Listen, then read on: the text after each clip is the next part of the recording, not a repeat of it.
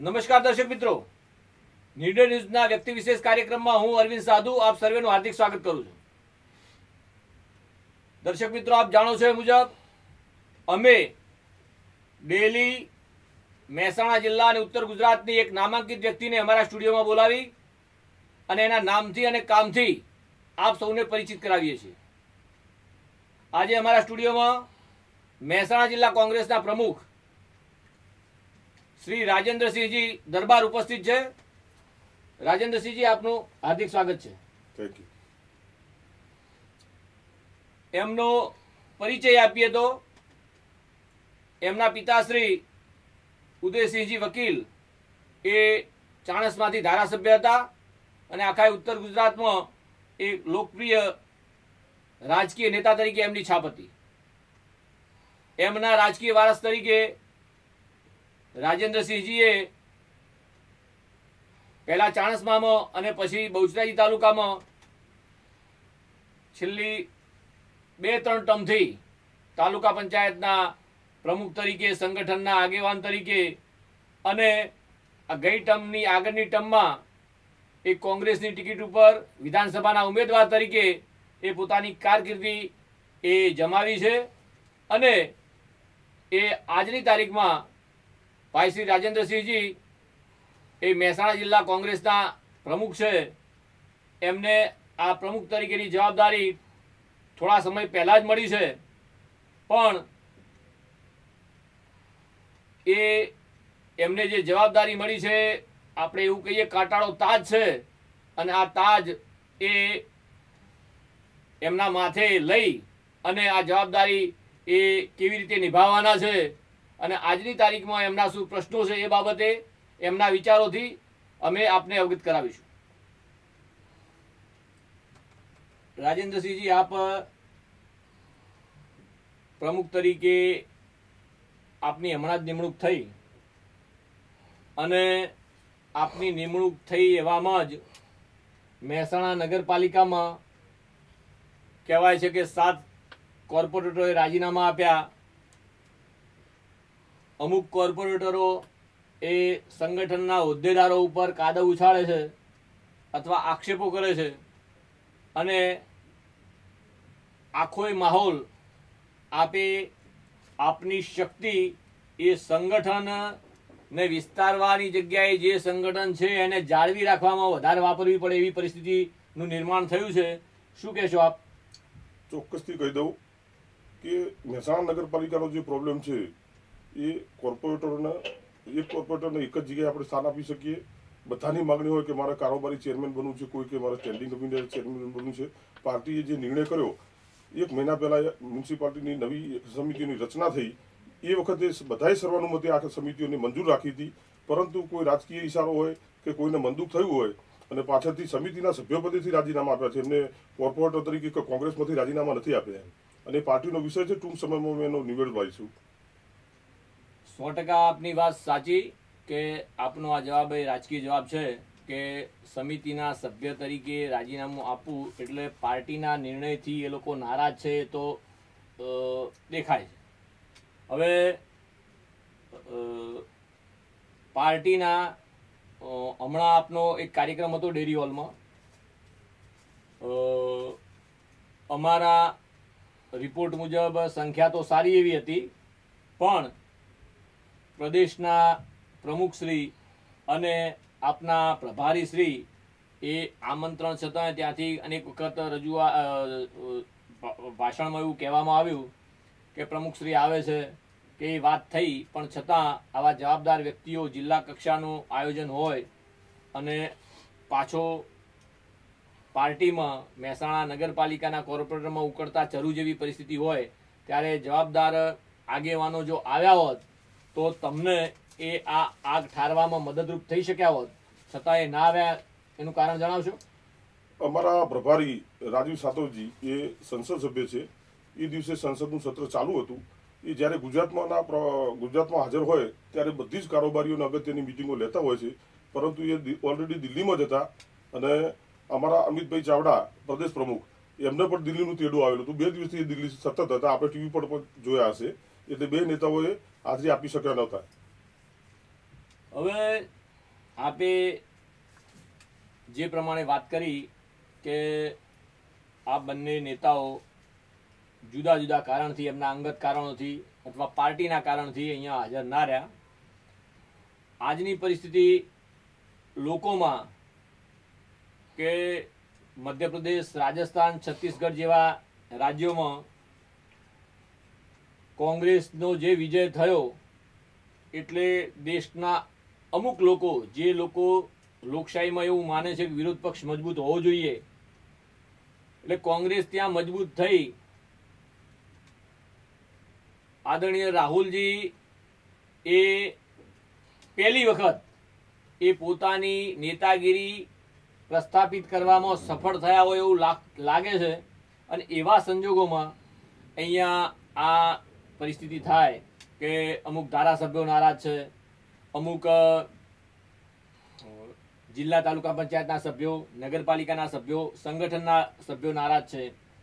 આપણા અહીંયા મહેસાણા જિલ્લાના માજી સાંસદ અને કોંગ્રેસના પીઢ આગેવાન જીવાભાઈ એ ટૂંક સમય પહેલાં જ ભારતીય જનતા પાર્ટીનો ભગવો ધારણ કરી અને ભાજપમાં જોડાયા. આ બધું આપને એવું નથી લાગતું કે કોંગ્રેસની ટોચની નેતાગીરી આ બાબતે આ લોકોને સમજાવવામાં, મનાવવામાં અથવા એમની વાત સમજવામાં નિષ્ફળ ગઈ એવું નથી લાગતું આપને? ના, બિલકુલ જરાય નહીં અરવિંદભાઈ. જીવાભાઈ પટેલને પાર્ટીએ ઘણું બધું આપ્યું છે. 5-5, 6-6 વખત ટિકિટ આપી છે. 2 વખત એના સંસદ સભ્ય તરીકે રહી ચૂકેલા છે. એમની કોઈ અંગત બાબતો હશે, બાકી પાર્ટીએ જીવાભાઈની કાયમ માન રાખ્યું છે. જીવાભાઈ પાર્ટીના રાજ્ય લેવલના ખજાનચી હતા. એમના અંગત કારણોસર રાજીનામું આપ્યું, એ ભાજપમાં જોડાયા. ભાજપમાં જોડાવા માટે મારા ખ્યાલ મુજબ ભાજપ પ્રમુખ એમને લાલચ આપી હતી કે તમને ઓલ ઇન્ડિયા પોલ્યુશન કંટ્રોલ બોર્ડના ચેરમેન બનાવીશું, તમને લોકસભાની સીટ આપશું. અને જતી વખતે જીવાભાઈ પણ એવી ખાતરી આપી હતી કોંગ્રેસમાંથી ભાજપમાં જતી વખતે કે હું જિલ્લા પંચાયત તોડી નાખીશ, તાલુકા પંચાયત તોડી નાખીશ, નગરપાલિકા તોડી નાખીશ. એમાંનો એક પણ સભ્ય આજ દિન સુધી જીવાભાઈ લઈ જવામાં સફળ નથી. એટલે એમને પણ ત્યાં ભાજપવાળાએ લટકાઈ રાખ્યા છે. મારી દ્રષ્ટિએ અત્યારે જીવાભાઈ ખૂબ દુઃખી છે ભાજપમાંથી.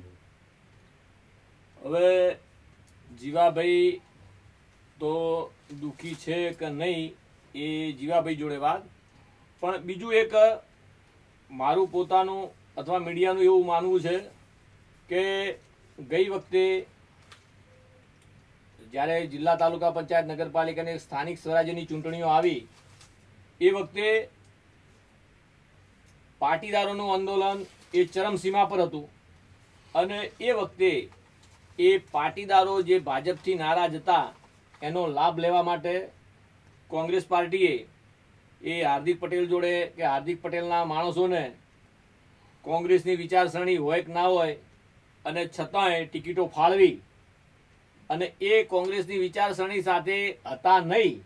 એના લીધે આજે જે પ્રશ્નો ઊભા થયા છે, મન દુઃખના, નારાજગીના કે રાજીનામા પડ્યા કે બાકીના જે પણ પ્રશ્નો ઊભા થાય છે, તો આપને એવું નથી લાગતું કે જે લોકો પાર્ટીના પાયાના કાર્યકર્તા નહોતા અને છતાંય પાર્ટીએ એ ભાજપથી નારાજ હતા અને એ લાભ મેળવવા માટે આ લોકોને ટિકિટ ફાળવી અને એના લીધે આ પ્રશ્નો ઊભા થાય છે એવું આપણને લાગે છે? બિલકુલ નહીં, કારણ કે કોંગ્રેસ એક કેડર બેઝ પાર્ટી છે, ભારતની સૌથી જૂનામાં જૂની પાર્ટી છે. અને આ પાર્ટીએ દેશને નહીં આખા રાષ્ટ્રને મહાન વિભૂતિઓ આપી છે, જેમ કે મહાત્મા ગાંધી, સરદાર વલ્લભભાઈ પટેલ, ઇન્દિરાજી, જવાહરલાલ નહેરુ. આખા રાષ્ટ્ર લેવલના નેતાઓનું નિર્માણ આ પાર્ટી દ્વારા થયેલું છે.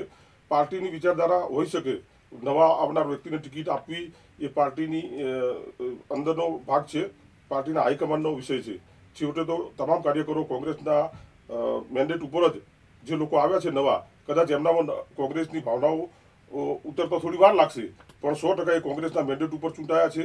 અને જે પણ લોકો કોંગ્રેસના મેન્ડેટ લઈને આવ્યા એમને હું તમને દાખલો આપું બહુચરાજી વિધાનસભાનો, તો 2012ની ચૂંટણીમાં હું માત્ર થોડાક મતોથી જ હારી ગયો હતો. અને એ પછી બીજી વખત પણ મારી ટિકિટ ફાઇનલ હતી, પણ છેલ્લી ઘડીએ કોંગ્રેસ પાર્ટીના ગઠબંધને કર્યું જે ઠાકોર સેના સાથે. અને ભરતજી ઠાકોર બિલકુલ નવા હતા, છતાં આખી બહુચરાજી વિધાનસભાની ટીમે એમને ખભે બેસાડી અને વિધાનસભા પદે બેસાડ્યા, ધારાસભ્ય પદે. અને રજનીભાઈ જેવા ગૃહમંત્રી હતા એમને પણ અમે પાછા પડ્યા. હવે આપે હમણાં જ મહેસાણા જિલ્લા કોંગ્રેસના પ્રમુખનો કાર્યભાર સંભાળ્યો છે. આપની સામે આ પ્રમુખ આપે ભૂતકાળમાં જે પણ જવાબદારીઓ પાર્ટીએ તમને આપી છે એમાં આપ સફળ થયા છો. તો આ જિલ્લા પ્રમુખ તરીકે તમારી કામગીરી છે એને એમાં શું પડકારો માનો છો આપ? જિલ્લા પ્રમુખ તરીકે મારે લગભગ સવા મહિનો કે 1.5 મહિના જેવું થવા આવ્યું. પડકારોની વાત કરીએ તો સામે ભાજપની સરકાર છે. આ વિસ્તારના મહેસાણા લોકલ ધારાસભ્ય નાયબ મુખ્યમંત્રી છે. એટલે કોંગ્રેસના કાર્યકરોને ક્યાંક ને ક્યાંક રાજકીય અથવા કોઈ સરકારી કચેરીઓમાં કામ અટકે એવું બની શકે. પણ હું સંગઠનનો પ્રમુખ છું. હું એટલી ખાતરી આપી શકું કે મહેસાણાની લોકસભાની આવનાર સીટ 100% હું જીતીશ. એ રીતનું સંગઠન આખા જિલ્લાનું કરીશ. આ તાલુકે હું ફરી અને નવું સંગઠન ઊભું કરવાનો છું. અને ચોક્કસથી હું કહી શકું કે ઉત્તર ગુજરાતની અંદર જે પાર્ટીના પ્રોગ્રામો છે, શક્તિ પ્રોજેક્ટ, બૂથ મેનેજમેન્ટ, જનસંપર્ક, એ કાર્યક્રમો મહેસાણા જિલ્લાને હું પ્રથમ હરોળે રાખવાનો પ્રયત્ન કરીશ. હવે આપે વાત કરી પડકારોની અને આપ ખૂબ આશાવાદી છો કે આવનારી લોકસભાની ચૂંટણીમાં આપ આ સીટ મહેસાણા લોકસભાની સીટ કોંગ્રેસને અપાવશો. એ બાબતે એ તો આવનારો સમય કહેશે, પણ આપ આશાવાદી છો, સારી વાત છે. હવે મહેસાણા જિલ્લાનું આપણે વાત કરીએ તો મહેસાણા જિલ્લા ભારતીય જનતા પાર્ટીનું સંગઠન અને મહેસાણા જિલ્લાનું કોંગ્રેસનું સંગઠન, આ બેના વચ્ચે આપ શું તફાવત જુઓ છો? ભાજપ હાલ ચાલુ સરકારમાં હોય એમના સંગઠનના કાર્યક્રમોમાં સરકારનો ઉપયોગ કરી અને સરકારી મશીનરીનો ઉપયોગ કરી મોટી મોટી સભાઓ બતાવતો છે. જ્યારે કોંગ્રેસ અત્યારે ગુજરાતમાં છેલ્લા 22 કે 20 વર્ષથી સત્તામાં નથી, તો પણ સામાન્ય કાર્યક્રમ પાર્ટી દ્વારા આપવામાં આવે તો લોકોનો સહેલાબ ત્યાં ઉમટે છે. લોકો સ્વયંભૂ આવે છે, વગર ભાડે કે વગર ગાડીઓની વ્યવસ્થાએ. એટલે કોંગ્રેસ પ્રત્યે હજુ લોકોના હૃદયમાં પ્રેમ છે. કોંગ્રેસના પ્રત્યે પ્રેમ છે ને આપ જે રીતે કહો છો કે સરકાર ગુજરાતમાં અને કેન્દ્રમાં ભાજપની છે, પણ સ્થાનિક સ્વરાજ્યની સંસ્થાઓમાં તો આપની સરકાર છે.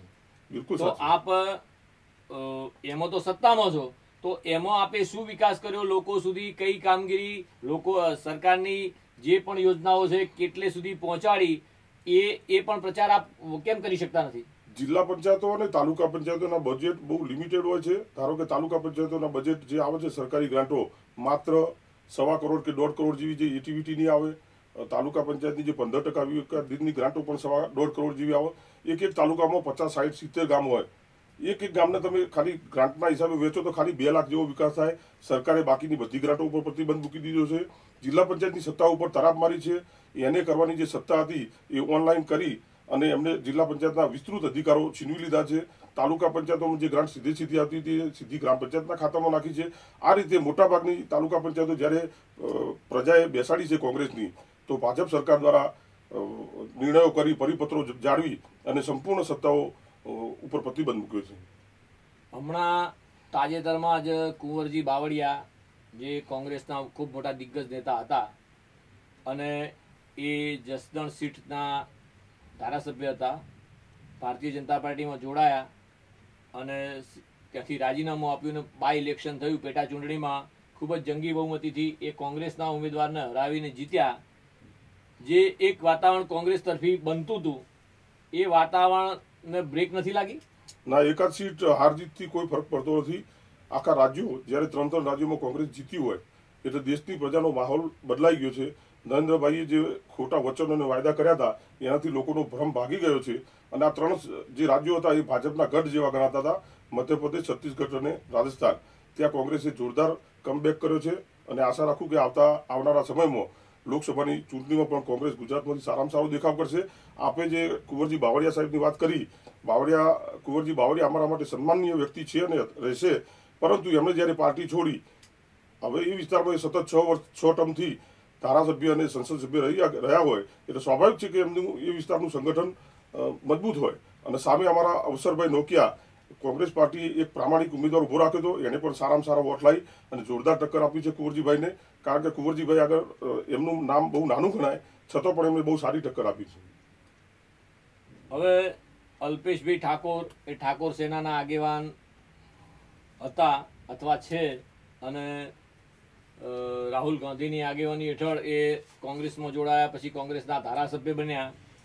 પણ આજે કોંગ્રેસ પાર્ટીના સાથે એમનું ટ્યુનિંગ એ બરાબર મેળ બેસતો નથી અને એ પોતાની અલગ વાત પાર્ટીથી હટીને, પાર્ટીથી દૂર જઈને, પાર્ટી લાઇનથી દૂર જઈને એમની વાત અલગ હોય છે અને હજુ એ કોંગ્રેસના ચોકઠામાં ફિટ બેઠા નથી. માનસિક રીતે, વૈચારિક રીતે એ કોંગ્રેસને કોઈ જગ્યાએ નુકસાન કરતું નથી.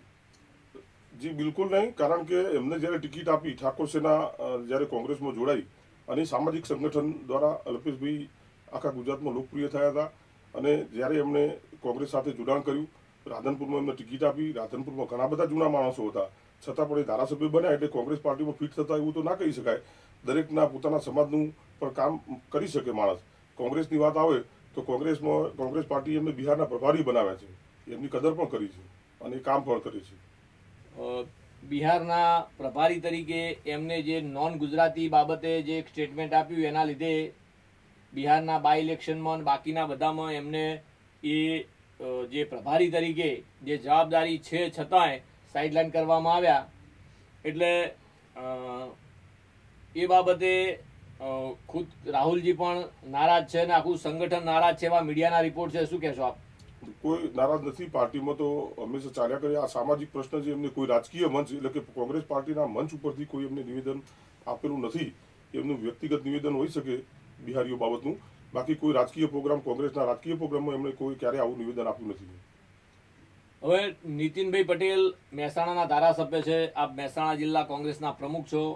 નીતિનભાઈ એ ગુજરાતના નાયબ મુખ્યમંત્રી છે, તો આપ જિલ્લાની લોકસભાની સીટ જીતવા માટે જે આશાવાદી છો, તો નીતિનભાઈ પોતે ઉમેદવાર નથી હોવાના, અન્ય કોઈ વ્યક્તિ છે, પણ નીતિનભાઈની જે કામગીરી છે અથવા જે વિકાસની વાતો છે એ નીતિનભાઈને આપ કઈ રીતે પડકારરૂપ માનો છો? નીતિનભાઈ પોતે સક્ષમ વ્યક્તિ છે, ભાજપ પાર્ટીમાં વર્ષો જૂના કાર્યકર છે, એમની પણ પહોંચ બધી હોઈ શકે છે. પણ હું તો માત્ર સંગઠનના આધારે ચેલેન્જ કરવા માંગુ છું કે લોકસભાની સીટમાં અમે 3 મહિનાનો સમય બાકી છે, સમગ્ર જિલ્લાનું આખું સંગઠન વ્યવસ્થિત કરી અને બધાને કામે લગાવી દઈશું. પ્રભારીઓ બનાવવાનું હાલ ચાલુ છે, શક્તિ પ્રોજેક્ટ ચાલુ છે અને લોકોની વચ્ચે જવાનો જનસંપર્કનો કાર્યક્રમ તાલુકે હાલ ગઈકાલે અમારા મહેસાણાના તાલુકા પ્રમુખ 20 જેટલા ગામોની મુલાકાત લીધી. એ જ રીતે બધા જ તાલુકાઓમાં જનસંપર્ક અભિયાન ચાલુ છે. પાર્ટીમાં કોણ કેટલું મહત્વ ધરાવે છે એ મહત્વની બાબત નથી, અથવા કોઈ રાજકીય વ્યક્તિ અહીંના આગેવાન છે એ મહત્વ નથી. આખા દેશ લેવલે પાર્ટીઓની વિચારધારા ચાલતી હોય છે. એ વિચારધારાને લઈ અને અમે મહેસાણા લોકસભાની ચૂંટણીમાં ઝંપલાવીશું અને સારામાં સારો ઉમેદવાર પાર્ટી કોઈ પણ ઉમેદવાર લાવે અમે એને તનતોડ મહેનત કરીને જીતાડવાનો પ્રયત્ન કરવાના છીએ. હવે આપ રાજકારણમાં, આપના બ્લડમાં રાજકારણ છે, આપના પિતાશ્રી પણ ધારાસભ્ય હતા, આપ પણ વર્ષોથી સક્રિય છો પાર્ટીના જુદા જુદા હોદ્દા પરથી, સંગઠનના અને તાલુકા પંચાયતના હોદ્દા પર પણ. હું જે જાણું છું એ પ્રમાણે આપના રાજકીય ગુરુ શંકરસિંહજી વાઘેલા હતા. એ થોડા સમય પહેલાં કોંગ્રેસ છોડી અને એમને રાજકીય વનવાસ કહીએ કે જે આપણે માનીએ, હવે હાલ એ કોંગ્રેસમાં નથી. તો એક રાજકીય આગેવાન તરીકે શંકરસિંહજીના રાજકીય ભવિષ્ય વિશે આપ શું કહેશો? આમ તો ખરેખર રાજકીય ગુરુ એટલે કોંગ્રેસ પાર્ટીમાં વિચારધારાથી લોકો જોડાયેલા, કોંગ્રેસ પક્ષની વિચારધારાથી જોડાયેલા હોય.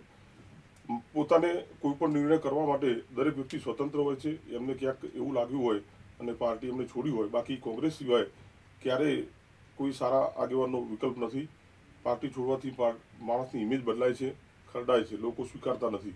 એટલે હું તો ચોક્કસપણે કહી શકું કે પાર્ટીની અંદર રહી, ધારો કે ગઈ વખતે મને વિધાનસભાની ટિકિટ ના મળી તો હું કંઈ અપક્ષ લડું કે બીજું કામ કરું, એ મારા પોતાના માટે ખરાબ છે. લોકો તો જોતા જ હોય છે અને એ આપણે વફાદારીપૂર્વક કામ કર્યું અને એના કદર રૂપે કદાચ મને જિલ્લાનો પ્રમુખ બનાવ્યો હોય એવું પણ બની શકે.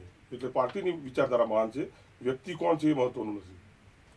હવે આપના સંગઠનના પ્રમુખ તરીકે આવનારા ભવિષ્યમાં, નજીકના ભવિષ્યમાં શું કાર્યક્રમો છે મહેસાણા જિલ્લાની પ્રજા માટે? મહેસાણા જિલ્લાની પ્રજા માટે એક તો અમારો ખેડૂતોના પ્રશ્ને કિસાન અધિકાર રેલી કાઢવાના છીએ ટૂંક સમયમાં, ઉત્તરાયણ પછી. અત્યારે રાહુલજીનો સમય લેવામાં આવી રહ્યો છે. લગભગ 20 તારીખ પછી વિધાનસભાની 5 સીટોને આવરી, લોકસભાની 5 સીટોને આવરી લે એવો ઉત્તર ગુજરાતનો ઝંઝાવાતી પ્રવાસ અમારા પ્રદેશના નેતાઓ અને છેલ્લા દિવસે શક્ય બનશે તો રાહુલજીની હાજરીમાં મોટું સંમેલન કોંગ્રેસનું ખેડૂતોના પ્રશ્નો માટે થઈ રહ્યું છે. હવે તમારું એક ધ્યાન દોરું કે મહેસાણા જિલ્લા પંચાયત, મહેસાણા જિલ્લાની મોટાભાગની તાલુકા પંચાયત અને નગરપાલિકાઓ એક કોંગ્રેસ શાસિત છે, પણ જે રીતનો એનો ફીડબેક, એનો લાભ એ કોંગ્રેસને મળવો જોઈએ એ મળતો નથી. એના પાછળ આપ શું કારણ માનો છો? એના પાછળ આપણે મેં પહેલા જ જણાવ્યું કે સરકારે મોટાભાગની સત્તા ઉપર તરાપ મૂકી છે.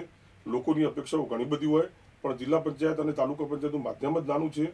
કારણ કે જે નીતિ નિયમો ઘડવાના હોય રાજ્ય સરકાર કરતી હોય છે, ખેડૂતોને જે સીધા લાભ આપવાના, જિલ્લા પંચાયત અને તાલુકા પંચાયતનું માધ્યમ ઘણું બધું નાનું છે. એના માટે રાજ્ય સરકાર પ્રયત્નશીલ હોય તો જ ખેડૂતો અને આમ પ્રજાને ફાયદો થાય. હવે એક વિરોધ પક્ષ તરીકે જ્યારે સરકાર કોઈ પણ ભૂલ કરતી હોય, જ્યારે કોંગ્રેસની સરકારો હતી અને ભારતીય જનતા પાર્ટી વિપક્ષમાં હતી, તો એક સામાન્ય મુદ્દાને મોટો મુદ્દો બનાવી અને ભાજપ જે રીતે સરકારનો વિરોધ કરતી હતી, આજે આટલા વર્ષો વિપક્ષમાં રહ્યા પછી પણ કોંગ્રેસ એ વિરોધ પક્ષની ભૂમિકા અદા કરવામાં એ નિષ્ફળ જેવું એવું તમને નથી લાગતું? ના, બિલકુલ નહીં. પાર્ટી તમામ કાર્યક્રમો આપે છે. હમણાં જ ભ્રષ્ટાચારના મુદ્દે વિજય રૂપાણી સાહેબ મુખ્યમંત્રીનું રાજીનામું સમગ્ર કોંગ્રેસે આખા રાજ્યના તમામ જિલ્લાઓ દ્વારા આવેદનપત્ર આપવામાં આવ્યું હતું. એ પછી પણ આ રાફેલના જે રાષ્ટ્રીય ગોટાળાઓ છે એના મુદ્દે અમારા રાષ્ટ્રીય અધ્યક્ષ રાહુલ ગાંધી ખૂબ જ આક્રમક અને બધી જ રીતે સંપૂર્ણ વિરોધ કરવા માટે સક્ષમ છે. ગુજરાતની નેતાગીરી પણ વિરોધો, સરકારના જે ખોટા નિર્ણયનો વિરોધ કરવા માટે સક્ષમ છે ગુજરાતની નેતાગીરી કોંગ્રેસની. તો આ હતા રાજેન્દ્રસિંહજી દરબાર, એ મહેસાણા જિલ્લા કોંગ્રેસના પ્રમુખ છે. અહીંથી સ્ટુડિયોમાંથી એમને જે પણ પ્રશ્નો પૂછવામાં આવ્યા એ ખૂબ જ રાજકીય મનોબળથી અથવા સમજણથી એમને આ તમામ પ્રશ્નોના જવાબ આપ્યા. નીડર ન્યૂઝનો આ સ્ટુડિયો અને નીડર ન્યૂઝની આખી ટીમ એમને શુભેચ્છા પાઠવે છે અને એ જે આશાવાદી છે એ એમની આશા કેટલી સફળ થાય છે એ તો આવનારું ભવિષ્ય બતાવશે, પણ એમને સમાચાર મેં આગે અને નીડર ન્યૂઝની ટીમ એ શુભેચ્છા પાઠવે છે. જય માતાજી. આભાર, ખૂબ ખૂબ આભાર. તો આ સાથે આજનો વ્યક્તિ વિશેષ કાર્યક્રમ પૂરો થયો. આવતીકાલે કોઈ નવા વ્યક્તિ સાથે, નવા વિચારો સાથે, નવા ઇન્ટરવ્યુ સાથે આ જ ટાઈમે આપણે ફરીથી મળીશું. ત્યાં સુધી રજા આપશો. નમસ્કાર.